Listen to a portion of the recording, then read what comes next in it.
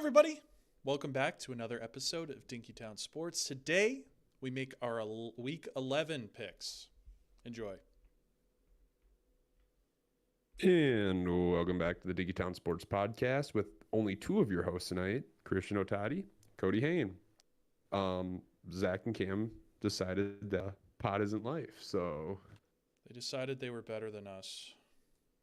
Yeah, one's in Deadwood, one's getting ready for hunting season tomorrow in Minnesota. So, what do you do? Except roll on without them, right? Right. Yes, sir. I'm just going to give everyone a quick update since we're going to have a little bit more time on our records again. Cam is 58, 54, and 2, so winning percentage of .518. Christian is 58, 53, and 3, a record of .523. I'm 59, 53, and 2, with that's a winning percentage of .527. And Zach is still terrible at 52, 61, and 1, .460. Terrible. I wish he would have put in... Well, I guess I know which one. Okay, never mind. We're just going to hop right in. Christian, I'm going to have you start off this first game. You're Minnesota at Rutgers. The spread is Minnesota -6, and the over-under is 46.5. We were supposed to be at this game. I know. I'm sorry. Things happened. If things would have not happened, we would be in Piscataway tomorrow. True. Going crazy, watching Minnesota take on Cali McManus and the Rutgers Scarlet Knights. Now, ESPN Matchup Predictor is interesting. They have it at 40% chance that Rutgers could win this game. I think that is heinous. I think that's a little rude. I think Minnesota, up to this point, has proved that they can beat teams that are way better than Rutgers. And I feel like they're going to do that pretty handedly here. The line switched. It was 6 in the thing. It was 6 in the thing. It opened at 6. It's now Minnesota -5.5. That's better for me. I'm taking Minnesota here. I think that they figured it out. I'm going to say that they actually have figured it out, and they're a real deal team at this point. Mm-hmm. I think this is their chance. They got to keep winning games. Minnesota's won the last 4, and Rutgers has lost their last 4, and they both played USC in that time, and Rutgers got slapped. I don't think there's anything that Rutgers has that Minnesota can't handle in terms of offense. I think Monangai is just as good as Caleb Johnson, probably, in terms of talent. I don't think the offensive line is as good as Iowa's is, so it will be difficult to get the holes open as wide as they were when Iowa played you guys, but just got to make your tackles. I think that's going to be important. I think getting guys down in the backfield when you get that opportunity, you have to make those tackles. Open field, make the tackles. And offensively, I think that Rutgers really doesn't have much. I mean, USC, as of late, has not been really doing well, and they still hung 42. UCLA put up 35. Wisconsin put up 42 in their passer game. So they're scoring points on Rutgers. I don't think their defense is as good as we thought they were earlier in the year. So I'm going to say Minnesota -5.5 is pretty solid. Yeah, -5.5, I'll take that. I think the ESPN matchup predictor is never like Zach, like we've said as Minnesota fans constantly, even with our pro sports, it's always when are they going to collapse? Right, you're just waiting. Doesn't matter how good they are. Yeah. That's the national media of us too. Mm-hmm. Besides the Timberwolves right now, it's just when are you going to collapse? Yeah. So I think that plays a little bit part of it. We're not a very big market. We don't make, these networks a ton of money. I think that's part of it. There's a conspiracy. You're formulating a conspiracy theory. I am formulating a conspiracy. But I will say where I give Minnesota a huge edge is at quarterback. Cali McManus is having a Cali McManus season. He's 131 of 242. with 1,650 yards, 9 touchdowns, 5 picks. Very Cali McManus-like. Max Brosmer, even after, starting out a little bit rough at the beginning of the season, not having his best game last week, he is 191 of 280, 1,989 yards, 13 touchdowns, 4 picks. Darius Taylor, I think, is one of the most versatile backs in the Big Ten for pass catching and running the ball. And then you have Daniel Jackson, and he's one of the better receivers in the Big Ten, and he was kind of wasted with subpar quarterbacks. Yeah, so I give the edge to Minnesota. You don't think Cali McManus has like a get-back game or like a revenge game here? I think Minnesota might have a revenge game against him. Yeah, like it's a, the one year rivalry. Yeah. I personally hope that we go out and he throws like 3 picks and we sack him like 6-7 times. Not because I'm upset that he left, but he left and went to another Big Ten school, which never sits well, transferring interconference. Well, Zach would say, well, he's following his coach. I mean, that's part of it, but he still transferred in conference. You know when he made that decision, he was thinking about this game. Probably. He's like, oh, I'm gonna beat the brakes off them. I'm gonna go crazy, and running into the best Minnesota team since 2019. So I was watching a podcast before the season started. It was right before week 1, and it was an Ohio State podcast. And they were talking that Rutgers may have a shot to make the CFP because Cali McManus is talented. And I'm like, did you not watch any of his games at Minnesota? We had talented receivers. We had a good running back. We had a decent offensive line. What more do you need for him to succeed? I granted our play calling was uninspired, but he still... Yeah, he wasn't like helping. our first game, he threw the ball like 40 times. So, and then they kind of lost all faith in him and went back to the ground and pound that we're known for. So, but I'm taking Minnesota minus 5.5 here nonetheless. I personally think we're going to win by more. I think our defense, because we do blitz a lot more now, we're getting more pressure on the quarterback. Ja Joyner should be healthy again. I think Brosmer is going to bounce back from his not so accurate game last game, which was super uncharacteristic. So, and I just think it's hard to, like I said, it's hard to defend Minnesota. Are you going to stop Taylor and let the pass game go wild? Or are you going to try to stop the pass game and let Taylor go wild? I think that's your 2 options. So, yeah, and then Taylor in the pass game. So it's really tough to defend. Yeah, it's a tough team. And our offensive line is kind of starting to show what we thought they were going to be at the beginning of the season. They're supposed to be really good at the beginning of the season. And I think that's partially why we lost a couple of games. Our offensive line was just dreadful. So, I mean, our tackling was worse, but our offensive line didn't help us any. Yeah, there was just some fundamental things that needed to get figured out, I think. So now that you have them figured out, you just see what you can do from here. And so far, it's looked pretty good. Yes, I'm excited. I don't have a whole lot to say on Rutgers. I haven't watched a whole lot of Rutgers. I don't know much about their defense, I guess. I don't know why anyone would watch Rutgers. Yeah, it's like watching Minnesota if you're not a Minnesota fan. Anyways, we are going to move on here to a game that got put in here. Michigan going to Indiana. Indiana's favored by 14.5, and the over-under set at 49.5. I would just like to say Michigan is slowly figuring it out, but that Indiana team is just really impressive. It's probably the best Indiana team I've ever seen in football. So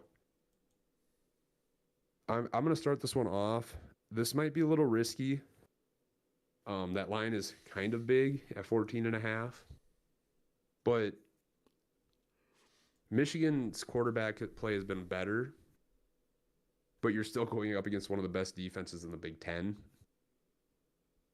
I don't think they're going to get much going because they're going to have to rely on the ground game a lot to get that passing game going. Oregon beat them by 21. Should have been a lot worse, but Oregon kind of shot themselves in the foot a few times, especially at the beginning of the game. So give me Indiana with Rourke, because Rourke's just a stud at minus 14.5 here. I'm going to agree with you. I think this game has a little bit more importance in terms of like culture for Indiana. I think Coach Sig is stressing the importance of this game. I don't think they're going to go into this game overlooking Michigan at all. I think they're going to want to prove a point because this is really the first, I'd say the first big name team that they've played so far. Mm-hmm. And they just want to stick it to them, you know. They want to show that they're the real deal. I think Coach Sig has a chip on his shoulder, and that's partially why his team has been playing so well. It's when you have that mindset, it just adds another layer of intensity to the games that you're playing. Mm-hmm. And I think we're going to see that here. It's at home. I think the fans are going to show out because it's Michigan. You know, it may not be last year or the previous year's Michigan. But it's Michigan still, nonetheless, and you're going to want to prove yourself here. This spread changed as well. It's just 14 now, but that doesn't really matter. No. I'm still going to take a Indiana minus 14.5. I think with the defense Indiana has, I think Michigan's going to be hard-pressed to find points unless you can get Mullings rolling, but Indiana's been pretty good against the run. So, yeah. Yeah, that, to me, Indiana has probably a defense right up there with Oregon right now, from what I've seen. I know Oregon's played, you know, like Ohio State pretty much. And they played Boise State, but Boise State ran all over that defense. But that was before we realized what Gene T was. Yeah. And by the way, if everyone's questioning why his yards per carry is going down, it's because he's running into like 8-9 man boxes constantly now. And he's still getting dang near 4 yards a carry, which is really impressive. So keep that in mind, everyone. Up next, we have Washington at Penn State. I think this game could be interesting. Penn State's favored by 13.5. Washington, I'm going to have to say, has had an up and down season this year, in my opinion. Like, they're not terrible, but it just seems like they haven't put it all together. Like, they beat USC 26-21. USC's not great. They only lost to Indiana by 14. They got blown out by Iowa 40-16. Beat Michigan by 10, and then lost to Rutgers by 3. And then Penn State, they lost to Ohio State by 7, but they barely beat USC. They only beat UCLA by 16. They beat Illinois by 14. This is going to be a weird game. I don't know who I'm going to go with. I give the quarterback play the edge to Washington. Running back play,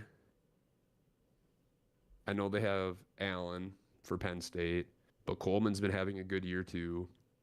Singleton? Well, he's not their leading rusher. He's like 20 yards behind Allen. Oh, so they have Katron, and so they have a good running back duo. This is another team. Washington's another team I haven't really watched. Man, I really wish I could watch more football. I mean, Washington's defense doesn't seem terrible. And Penn State's offense, I'm just going to throw this out there, I don't think it's that great. Because the most points that they put up against a Big Ten team, I'm assuming this year, is 33 points against USC, and they needed every one of them to win. I don't know, man. This line is a tough one to pick for me.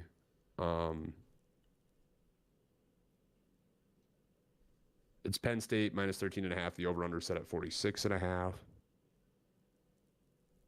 I don't think Penn State's that good. I think I'm going to go Washington plus 13.5, and we'll see if it bites me this week. Mm-hmm. I got to go with my gut again. I did really well last week doing that. Yeah, I'm having a similar issue with the spread, so I think I'm going to shoot the over under here. 46 and a half. That's 24 points each.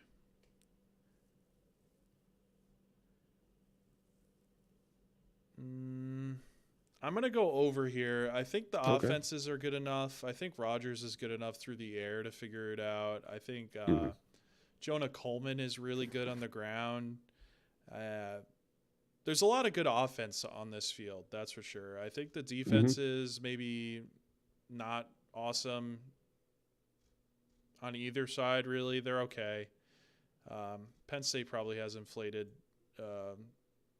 Big Ten numbers, I guess, because they haven't really played any great offenses except for USC. So, yeah, I think the over's solid here. I haven't done well with the over-under, but we'll just run with it. To me, if the over hits, Washington keeps it close. Because because we've been talking about this all year. Every game that Penn State plays is a lot closer than it should be. Mm-hmm. I mean, I know they lost by 7 to Ohio. It's almost like they played down to competition. I think like if Penn State wins like 31-17, that covers or something. You know, it's like it's yeah. I don't know. But I think Washington's going to put up more than 20. So I'd be impressed if that happens, honestly. I know Penn State's got a good defense, but they just have a knack of letting games stay close. Yeah, I know sure. Like Ohio State is not the offense that they were last year. USC's not that great, and Washington is a similar style coming out of the Pac-12. So I think they're going to struggle with it because I don't think they have enough athletes on the edge to compete with the Pac-12 athletes on the offensive side. Okay. So moving on, we have a big game coming out of the SEC. Number 3, Georgia, going to Ole Miss. Christian, the SEC expert, what do you got? This one's a big one. Ole Miss is getting hot at the right time. They just beat a good Arkansas team, and then their offense finally figured itself out. And Georgia is on the opposite trend. Carson Beck has thrown, I think it's 11 picks in his last 5 games. So I don't know what happened to him. I don't know. I don't think he's seeing the field right. Maybe needs a pair of glasses or something. I don't know. Maybe he was overrated. Well, I mean, he had 17 games in his career before this like awful run. So I think he would have been exposed earlier if he was. I think it's just like I don't know. He's just not having a good go of it. Ole Miss's defense is kind of slept on a little bit. They've held some good teams in check. South Carolina, they only scored 3 points on LSU or Ole Miss, sorry, and that's standing out to me. Kentucky only 17 points, and we know what Ole Miss's offense can do. I think that Jackson Dart has 3,200 passing yards right now. That's really impressive. And even though he had like a slew of games where they weren't scoring a ton, he hasn't turned the ball over, and that's important. I think UGA obviously is the best defense they will have played so far. And in my head, this is kind of a toss-up because if you get the same Carson Beck that you have been, I think Ole Miss could win by a score or two here. But if he finally gets back into form and what we expect from him, I think that it'll be close and probably the edge to Georgia. But Ole Miss at home, that's not easy to run into. And I think I'm pretty confident. Plus 1.5 is like just take the money line at that point for the better odds. But I'm going to do Ole Miss plus 1.5 here. It doesn't look good for Bama if Georgia loses, but I got to go with it. I'm trying to go perfect this week, so give me Ole Miss. Yeah, to me, Ole Miss their offense is just going to be too much to handle here. All these lines have moved, by the way. Yeah, even since when did Cam do this yesterday? I'm assuming. I think he did it this morning. So all these lines have been moving. We'll just correct it with those guys. We'll just, because whatever they take, we'll just let them have.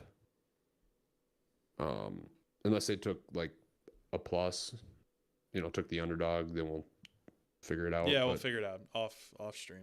Yeah, we'll figure it out. Yeah, I'm gonna go with Ole Miss in this game.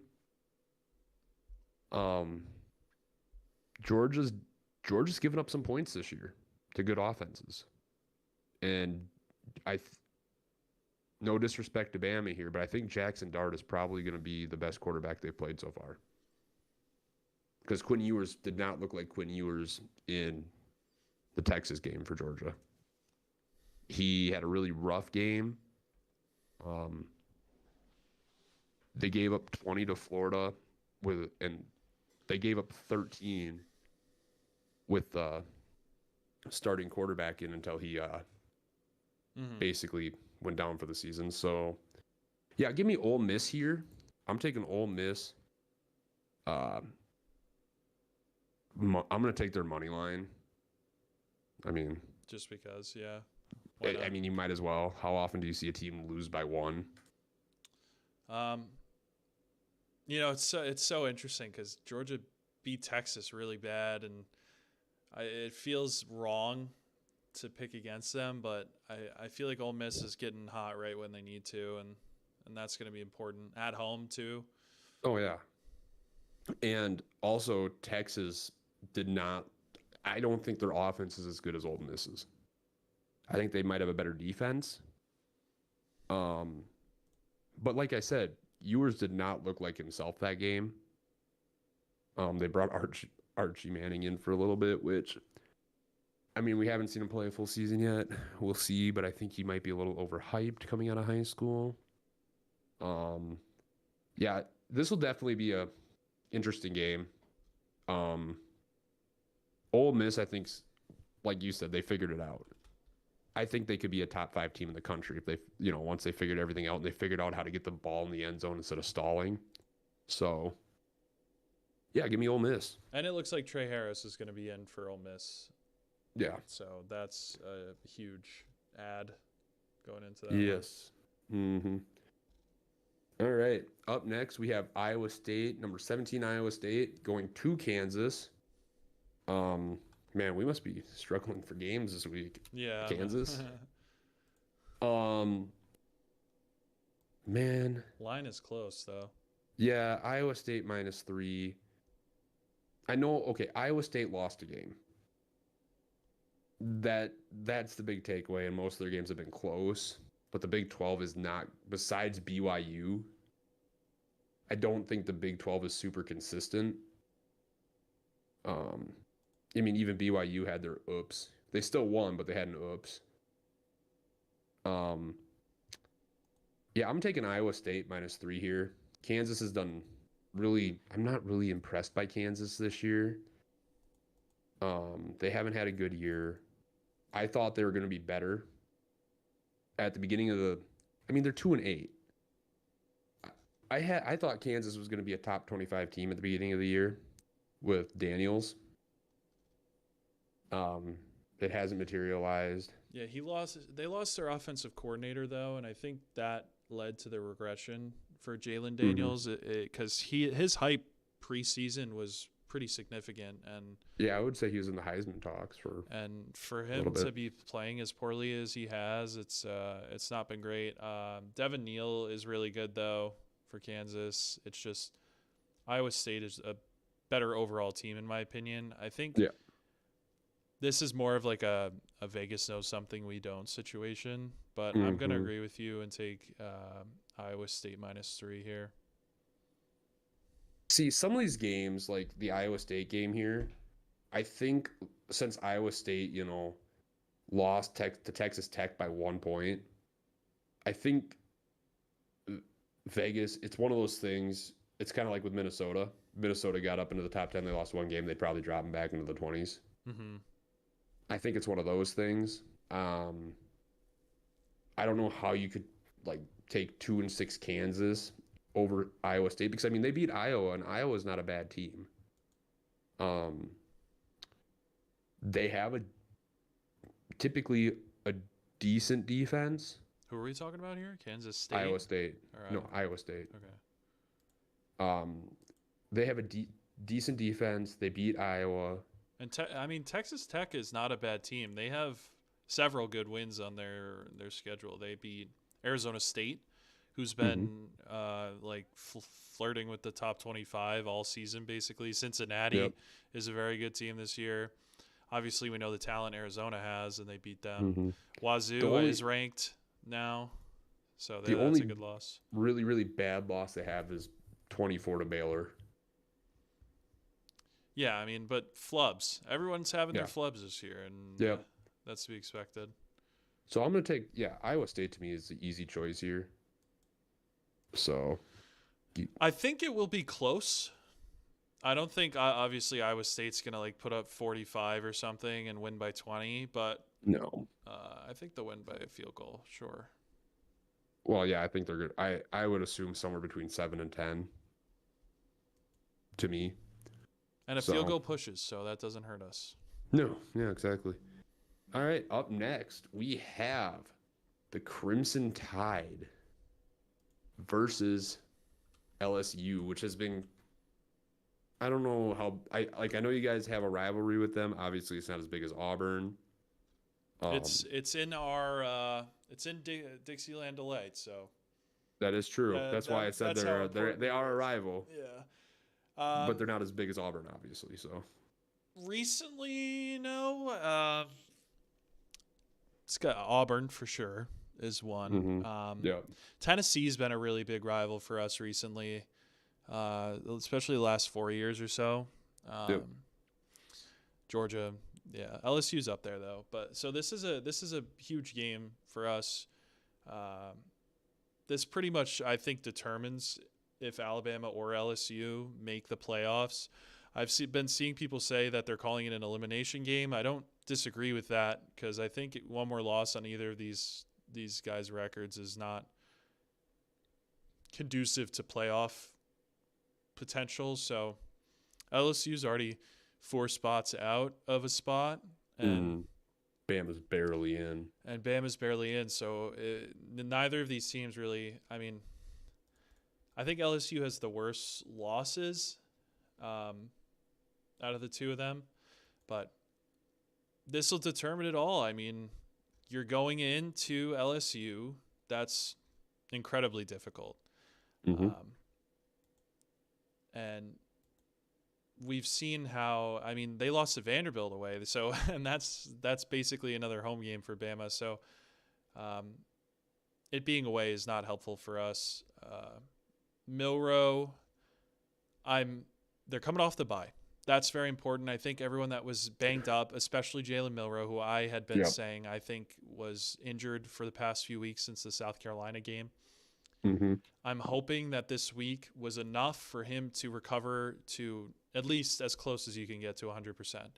Because if we can get him back in the run game, that would be great for us because that's just another level that they have to deal with. LSU's defense has not been world-beating. It's been better than it has been, but it's you could score points.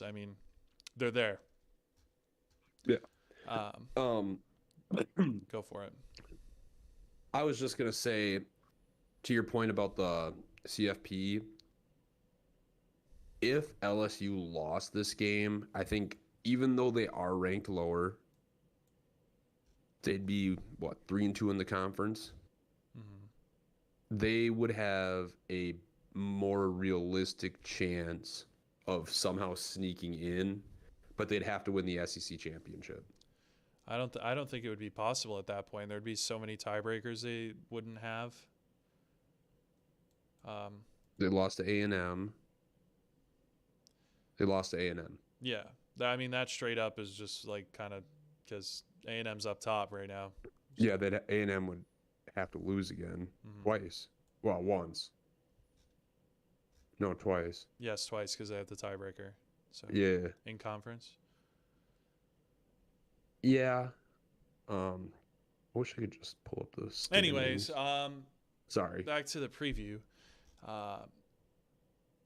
LSU hasn't really had a run game That's another aspect. I think there are vulnerabilities on both sides. I think the Missouri game was a good get-back game for Alabama. I think their confidence is going to be high coming into it. Nussmeier, the big thing for me that I circled on this game was Nussmeier turning the ball over. That is fairly common. He has 9 picks so far, so he gives the ball away at a decent rate. He's like a modern day Brett Favre type of guy, like Jameis Winston. He's going to throw the ball a ton.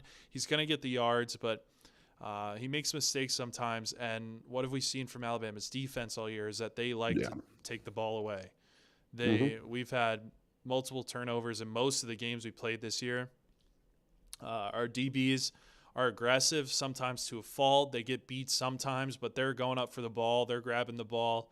I think Alabama, if they can keep it clean, if they can win the turnover battle, which I think is going to be there for them, I think two turnovers for LSU is almost guaranteed, I think, at this matchup. So if Milroe can keep the ball in his hands when he's running, and if he can not throw picks, I think that this will be a solid game for us. And this is determining the season. Like, every game is a playoff game now for us, and we got to treat it as such. So I'm going to take Alabama minus 2.5, I think is the, I like that.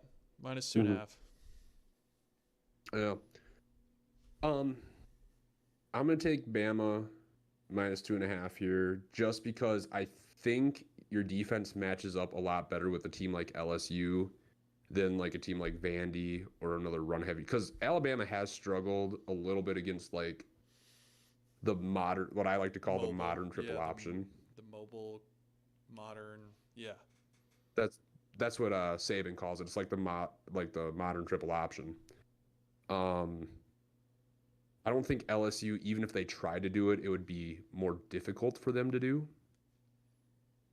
Just because they're not geared up for that. Yeah, they would have to change their whole playbook basically just for this Vanderbilt did not, because that's just what they were in. Mm-hmm. And then you had other teams that were more run heavy that could easily, switch over to that a little bit easier than a pass happy offense. So yeah, give me Bama minus 2.5 here.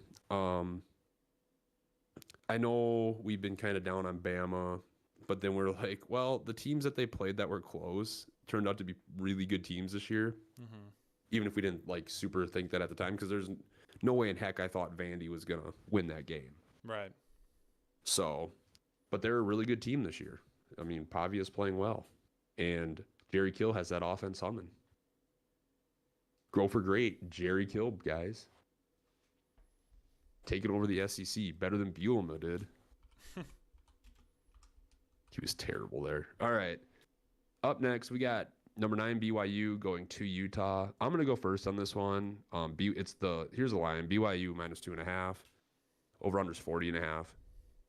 Once again, I think BYU disrespected, personally. Unless Vegas knows something we don't. They had that one flub game, and then after that, all their lines have been really close. So give me BYU minus 2.5 here. I think they got shafted in the CFP too. I think this is just like the total Mormon hate from the powers that be. I think I can't even explain it. Joel Klatt went on a huge rant about this. BYU has wins. Yeah. Their schedule is better than Indiana's. Mm-hmm. And better than a lot of teams. They have some wins in there that are really big. The Kansas State shellacking was huge. Beating SMU, who turned out to be a really good team early on. Oklahoma State, who's come to form recently. They have solid wins, and they've won all their games. They're still undefeated. I don't know why. I would take them over Miami, honestly. Yeah. In most of their games, they've won by more than 2 possessions. Most. Or, they won by 2 possessions in most of their games. The only ones that they didn't was to SMU, which I think is a good team, 18-15. It's a really weird score, but that's what it was. And then you had Oklahoma State, but like you said, they came into form that game. Mm-hmm. And Baylor too, but yeah, and they beat Baylor by 6. That was a little bit of a weird one. That was their flub. I would consider that. I would consider Baylor's that more of a flub. the spoiler makers. Because remember when we said when they beat Kansas State 38-9, we're like, oh, Kansas State just didn't show up. Yeah. Yeah, we were wrong. Yeah, BYU is actually just good. Yeah, BYU is just a really good football team. So, and what has Utah done? Well, I don't understand. I literally don't understand it. It's like Utah has done nothing. Vegas looks at these games, but I got screwed on the Pitt game because I was thinking exactly what I'm thinking right now about the Pitt and SMU game. It's like, what does this team have? What does a 4-4 Utah have? Is Cam Rising even playing? No, he called out for the rest of the year, right? That was maybe. I don't know. Yeah, Utah's got Isaac Wilson in there. I mean, you're calling on a freshman right now to go out and beat one of the better teams in the country right now. I don't think it's happening. I get it that it's that rivalry, the religious rival. What is it? What do they call it? I don't know. I'm looking. I'll look it up quick. Oh, okay. You look it up quick. But I get that those. Is it the Holy War? I think that's what they call it. Yeah. Yeah. Name. Oh my God! Come on. Yes, the Holy War. Awesome name, by the way. It is a great name. Cool. Those rivalries, we know how they could be. Obviously, Alabama and Auburn. I know that bad teams can beat good teams because it's a rivalry. For 4th and 31, but that was a good team beating a bad team, and that shouldn't have even been close. But true. I mean, Utah the past 4 games has looked atrocious. They've scored 19 points as the most in those games. 10 points, 19 points, 7 points, and 14 points scored in those last 4 games. This is not going to be close. This is going to be a total blowout.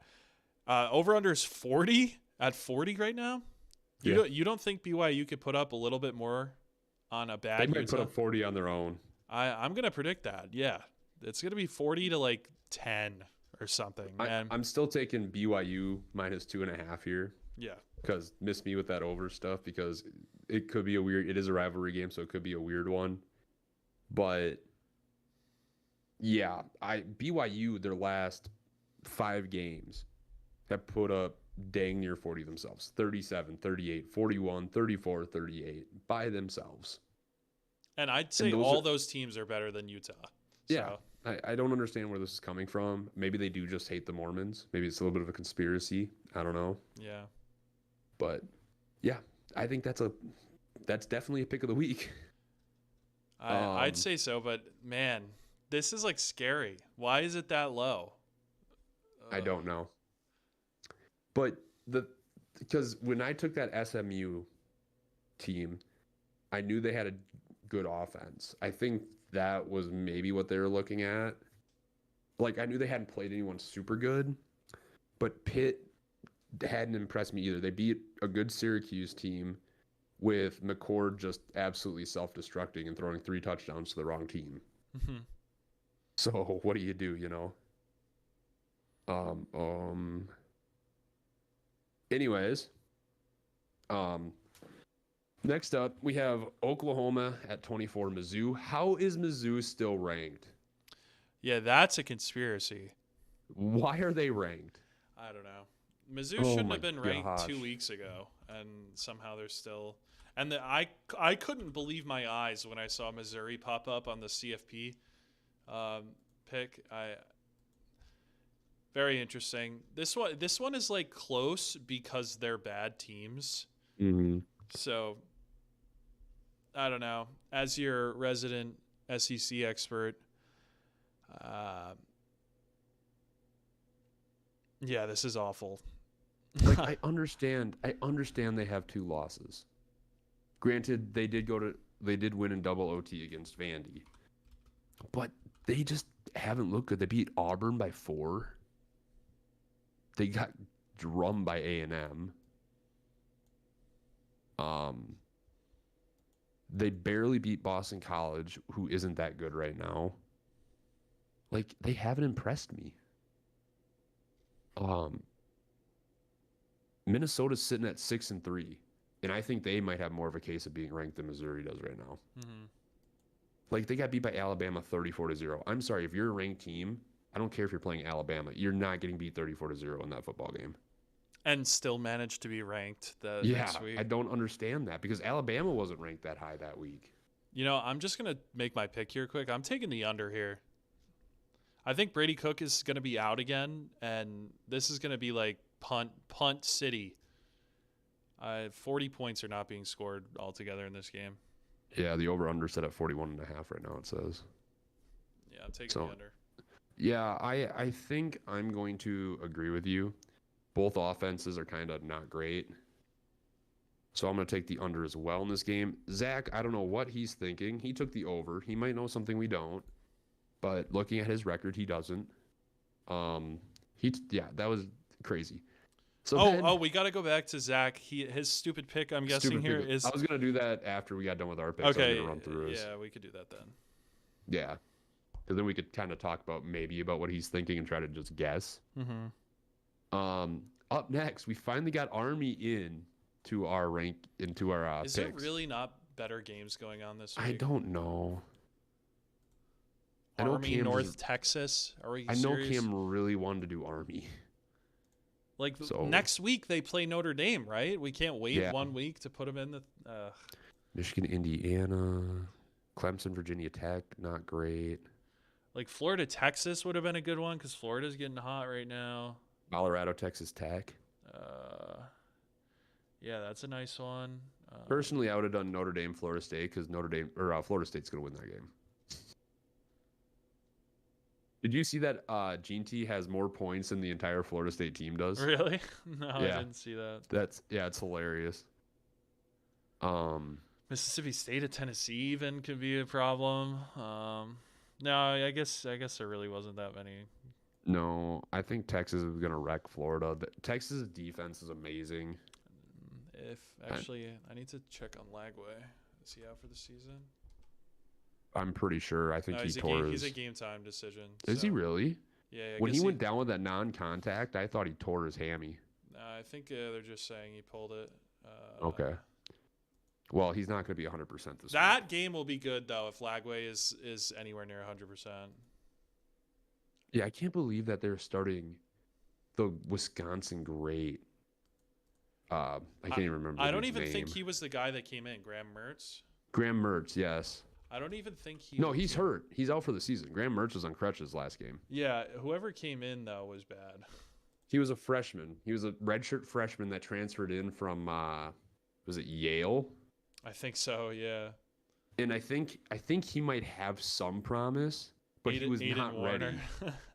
Yeah, he was not ready. Because obviously Florida went and got him for a reason. 7-22 with 66 passing yards and a pick.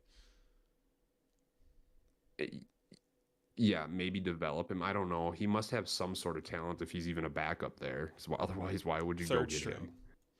I mean, to be fair, they had Graham Mertz starting at first string, and I could argue that Graham Mertz is just a little bit better than that. So yeah, there's 132 better quarterbacks than Graham Mertz in college football right now. Yeah. And I'd argue that he got put in a tougher game than Graham Mertz did at all this year. For sure, yeah. So he might be better than Graham Mertz. Baptism by fire, so. Yeah, he'll never have to worry about that again. Anyways. And he still almost led him to the upset at the end there. Army, 25 Army at North Texas. Army's only favored by 4. I think North Texas is one of the better teams right now. Their offense has been crazy. I think they lead college football in passing. Mm-hmm. They just toss the ball a ton. North Texas's Chandler Morris, their quarterback, has 2,873 yards with 6 touchdowns and 8 picks. So they like to throw the ball around. Mm-hmm. Their offensive coordinator was someone that I had tweeted that I was interested in looking at for us if we were going to replace Nick Sheridan, but Yeah. Sheridan has kind of looked a little better for me but North Texas, I also think that their offensive coordinator is like 30 years old or something. He's nice. He's very young. So Yeah. Yeah. What do you got here, bud? For the I don't think favorites. any defense is going to be able to figure out Army. So the true triple option. You can see that they think points are going to be scored. I agree. Mm-hmm. 62.5 for the over-under is pretty solid here. You know what? I'm thinking I'm going to take North Texas here. You are a terrible human being and you hate the armed forces. I don't hate America. I don't hate the service academies. I picked Navy to beat Notre Dame, so let's remember that. And this is going to be my get right game. This is going to be I need to get my lead back. Okay, I've had a terrible past few weeks. I need this, and I think Army's defense is going to be overwhelmed here. I think this should be a shootout. If Army wins this game, I will definitely change my mind on them because this feels like a trap. And if they can win their trap game, I think they are going to the CFP. They could beat Notre Dame, but I'm going to take North Texas here. You know, God, I really just don't want to pick against Army. I'm not going to. I think Army is going to win this football game. It's crazy that in the modern day that a triple option offense is in a game where the over-under is well over 60 points. That is absolutely nuts. And their quarterback isn't a terrible thrower either. Cam grabbed this at Army -4. I'm just going to do 2.5, by the way. Oh, are they 2.5 now? Yeah. Oh, I'm not. I wasn't looking. Oh, yeah, they are 2.5 now. Yeah, I'm going to go Army -2.5 here.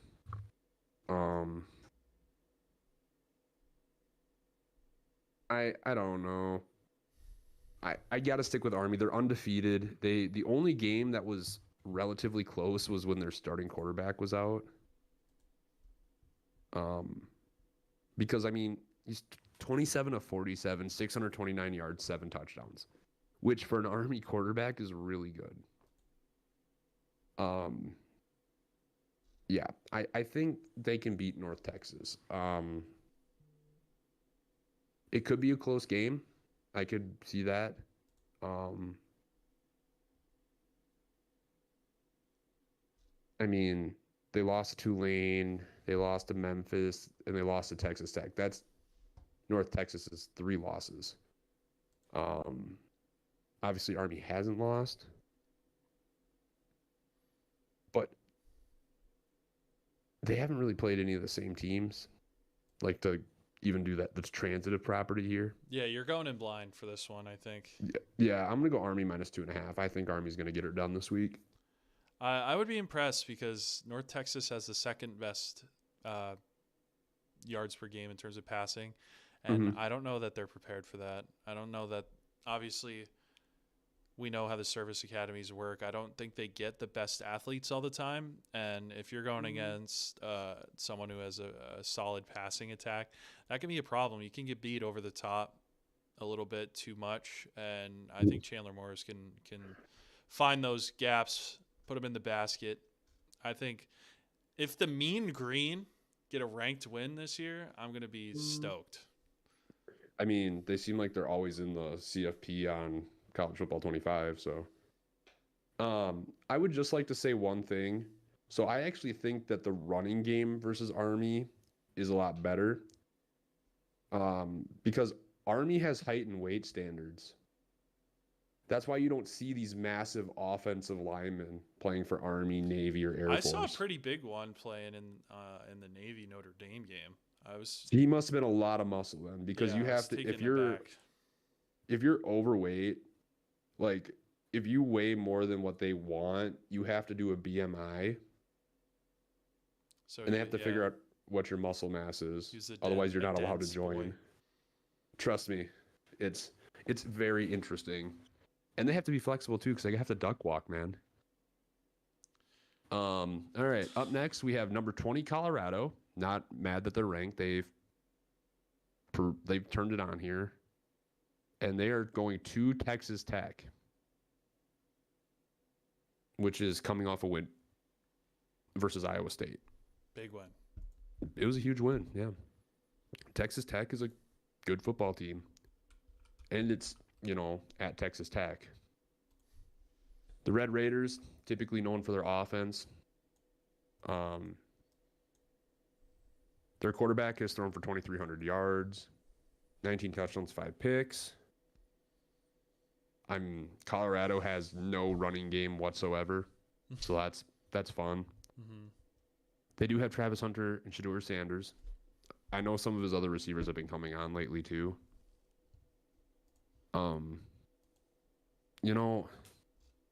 They give Colorado like a 64% chance of winning this game. I don't think it should be that high. But like I said, they beat Cincinnati by 11. They crushed Arizona, lost by 3 to Kansas State. Baylor's been playing everyone tough, I guess, because they won in overtime. Yes, they have. They're really good. I think they're 3-4 or something right now. They're the best 3-4 team in the country. 5-4. I think they're 3-4 in conference, but yeah. Best 5-4 team in the country. Mm-hmm. Oh man, they lost to TCU. Got crushed by Baylor for Texas Tech. The line for this game is Colorado -4.5. Over under set at 63.5. You know what? I can't believe I'm going to do this because I was so hyped against Colorado this year, but I got to go Colorado -4.5 here. Mm-hmm. Zach looks like he's still not a believer of Colorado. I don't think Colorado is I don't think they should be any higher than 20 ever unless they blow these guys out. Mm-hmm. But they do deserve to be ranked. They have played well this year. So give me Colorado -4 here. I'm going to agree with you. Cincinnati, I think I would put on the same level as Texas Tech, and Colorado just played a really, really good game against Cincinnati. Something that caught my eye here was that Colorado ended up running the ball pretty well in this game against Cincinnati. Isaiah Augustave had 91 yards on 22 carries. That's what you needed. I think if you can have a much more even spread offense, if you can run the ball, if you can pass the ball, that's only going to help Shedeur. That's only going to help the receivers get open. Travis Hunter and Jimmy Horn is probably as good a 1-2 as any team in the country has right now.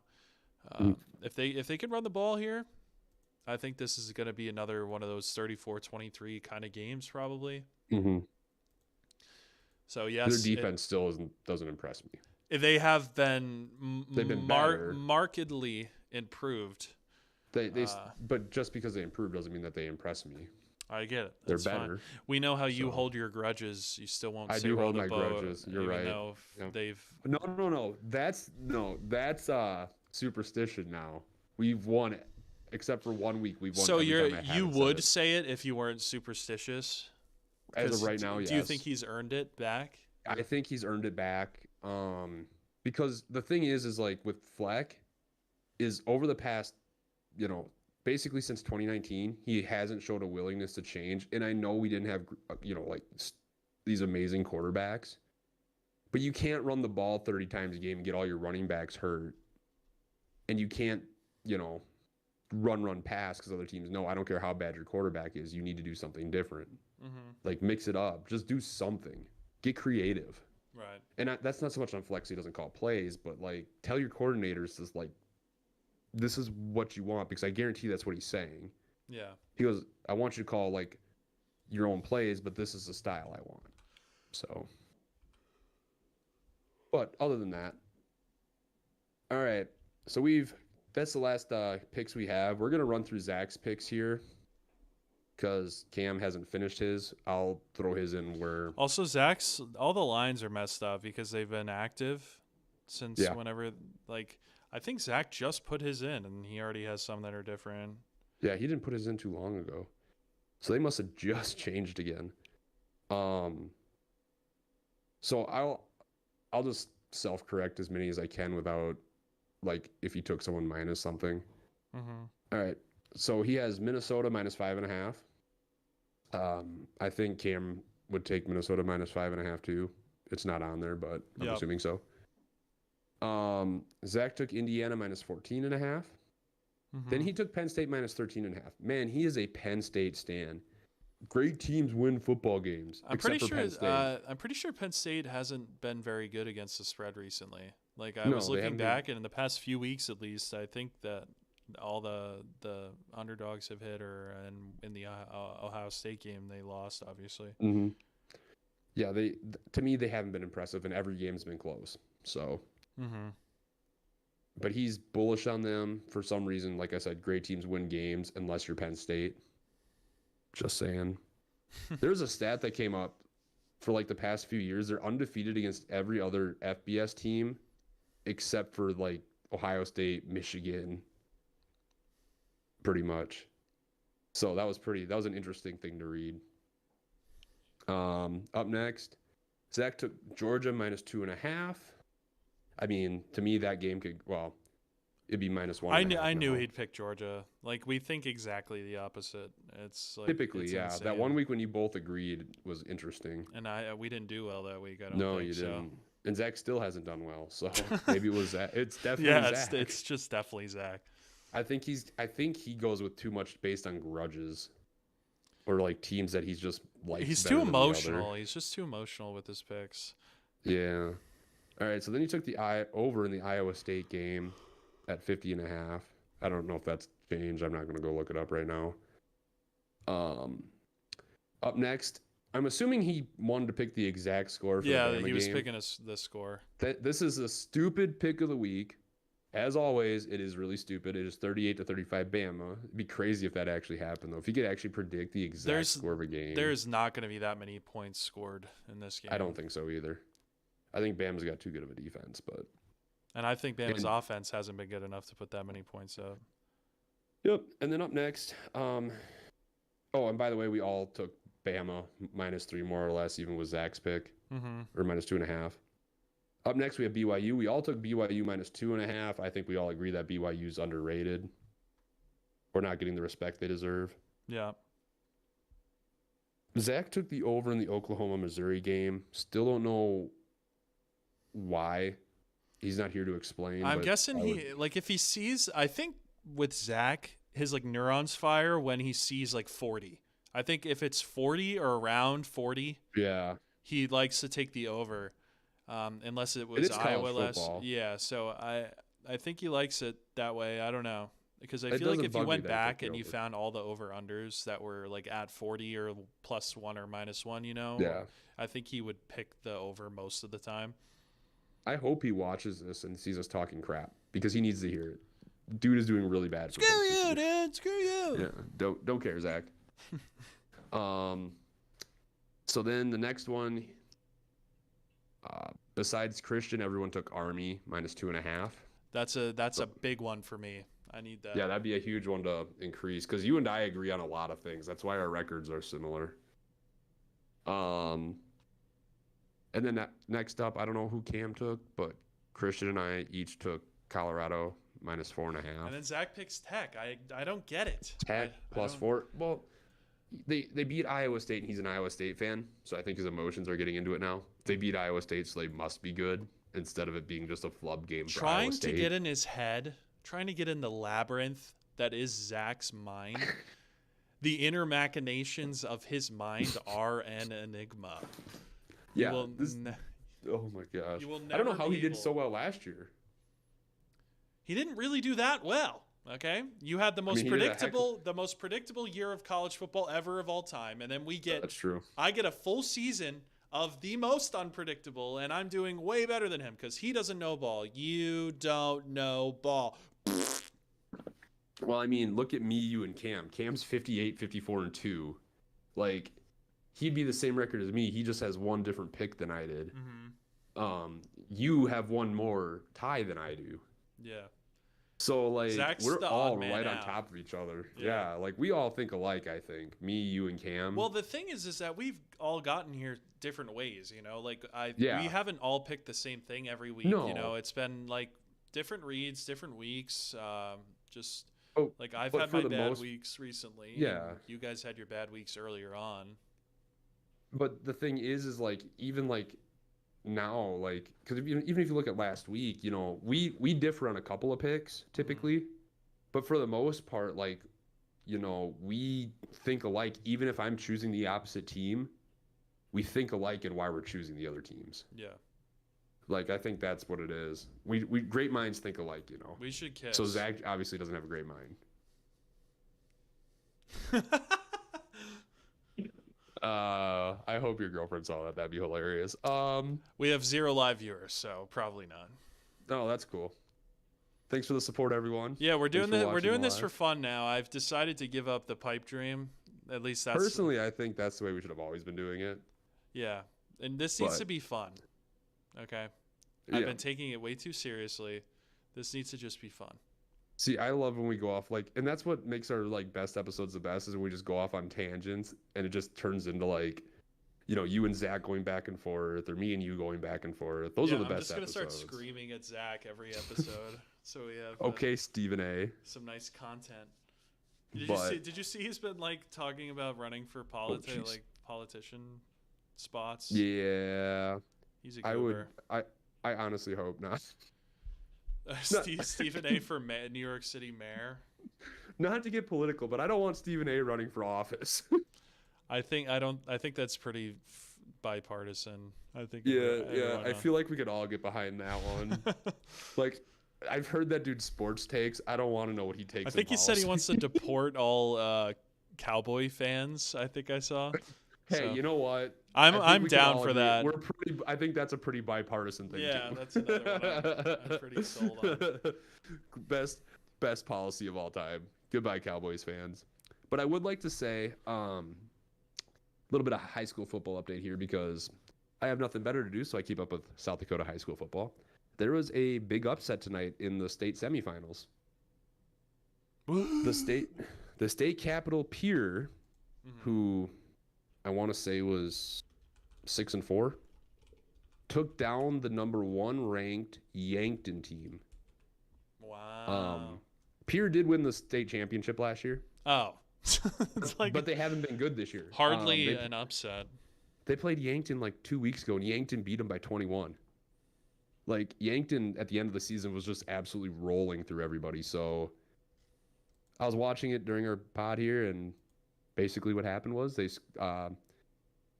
Pierre scored with like 8 seconds left. So it was 14-9. It was a heck of a game. So that's a little bit of South Dakota football for you, because I know everyone's interested in South Dakota. But Stony Brook plays their I think it's their homecoming game this week against UAlbany. I want to go. Nice. I want to go to that, but I think UAlbany was good last year. I don't know. Yeah, they were in the play. They played South Dakota State, I think, last year. They got absolutely destroyed. Yeah. Well, everyone got destroyed by South Dakota State last year. Everyone besides Montana. That was a decent. Did everyone graduate from that team, or did they have transfers? Like, are there still remnants of that team around for South Dakota State? Yeah. Well, I mean, are they around like college football? Did they transfer out? No, most of them graduated. That's so cool. So their team last year was probably the oldest team collectively you'll ever see in college football. Gronowski, their quarterback from last year, he's back this year.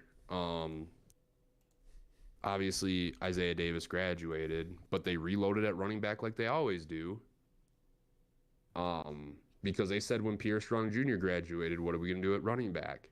They do a really good job at developing talent at SDSU, because they get loyalty based on because they take guys that nobody else wants. Right.